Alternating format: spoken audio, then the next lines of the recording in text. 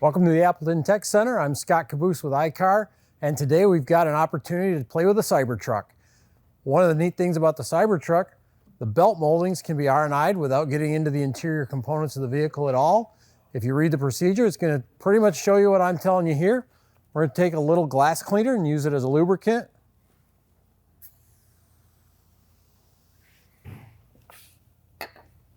And then we're just going to pull from the end. And we're going to slide it straight out, keeping it straight the entire way. Simple, easy, but if you try to do it the wrong way, it's pretty easy to ruin it as well. So, hope this was helpful to you.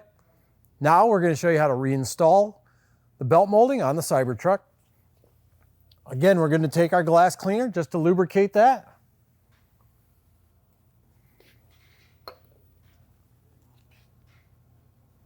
We'll align the belt molding. And we're just going to gently slide it right back in the groove until it tucks all the way under the mirror and is flush with the back edge.